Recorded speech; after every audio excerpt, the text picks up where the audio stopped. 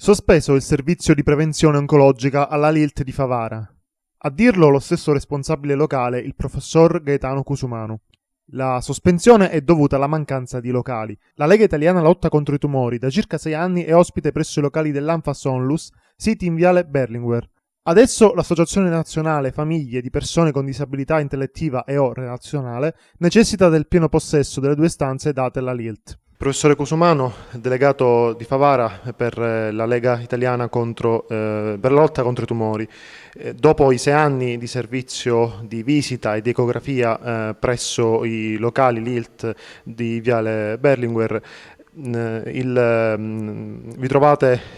rischiate di trovarvi in mezzo a una strada. Ma piuttosto che dire rischio, ormai siamo alla sospensione del servizio. Siamo alla sospensione del servizio perché?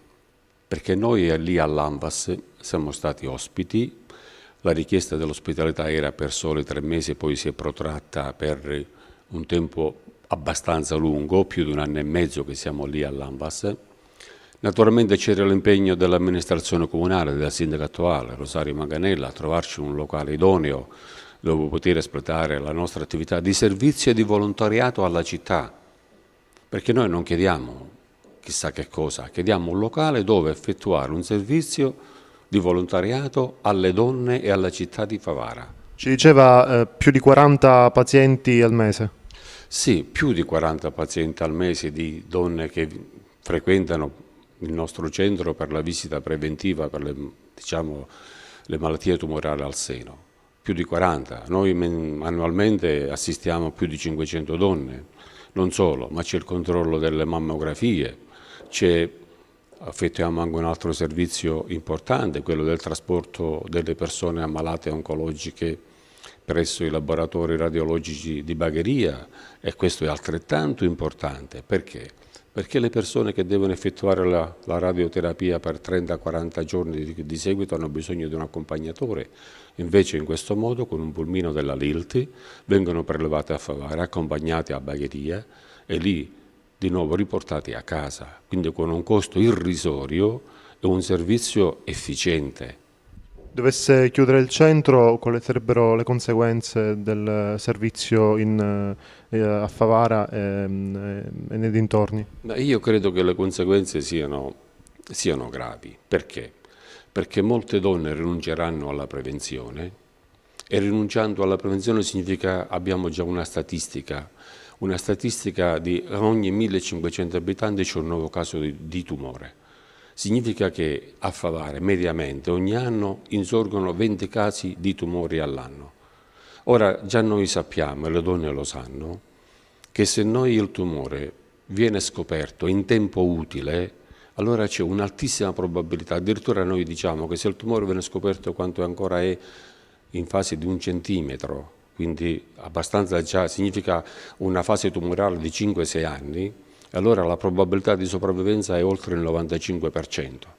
Allora la prevenzione è fondamentale per le donne, ma anche per gli uomini, e noi avremmo voluto estendere la prevenzione anche agli uomini, anche alla dermatologia, anche ad altri casi di prevenzione dei tumori, ma la scarsezza dei locali, adesso la impossibilità di avere dei locali idonei, siamo costretti a sospendere tutta questa nostra attività.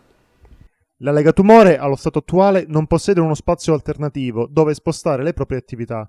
Il professore Cusumano sottolinea quanto sia ancora scarsa la cultura della prevenzione in città. Parlando di tumori, c'è un'adeguata cultura sanitaria in città? No, non c'è un'adeguata cultura sanitaria e soprattutto una cultura alla prevenzione. Non c'è. E non c'è neanche l'attenzione ai servizi che in queste città vengono espletati. Io, se mi permettete di dire un'altra cosa, i servizi che il Comune offre a questa città, quali sono? E se permette che un servizio gratuito venga a porre fine, venga a finire, a morire, per l'incuria, per la inettitudine, per l'inefficienza, questo è grave. È incredibile che noi ci dobbiamo accorgere che abbiamo dei servizi importanti solo quando questi vengono a cessare. Ecco, anche il vostro servizio, io sono qua, ospite della vostra televisione, so in quali difficoltà vi muovete e il Comune che cosa fa? Niente, sta assistendo passivamente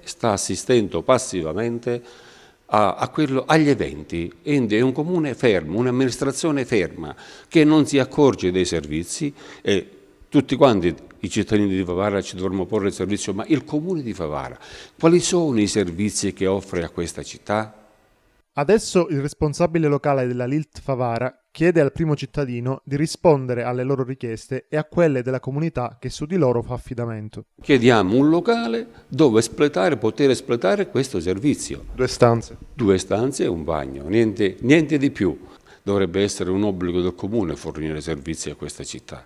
Dovrebbe essere, vi ricordo che il sindaco è il responsabile principale della salute dei cittadini. È il sindaco che si deve preoccupare di offrire maggiori servizi alla comunità.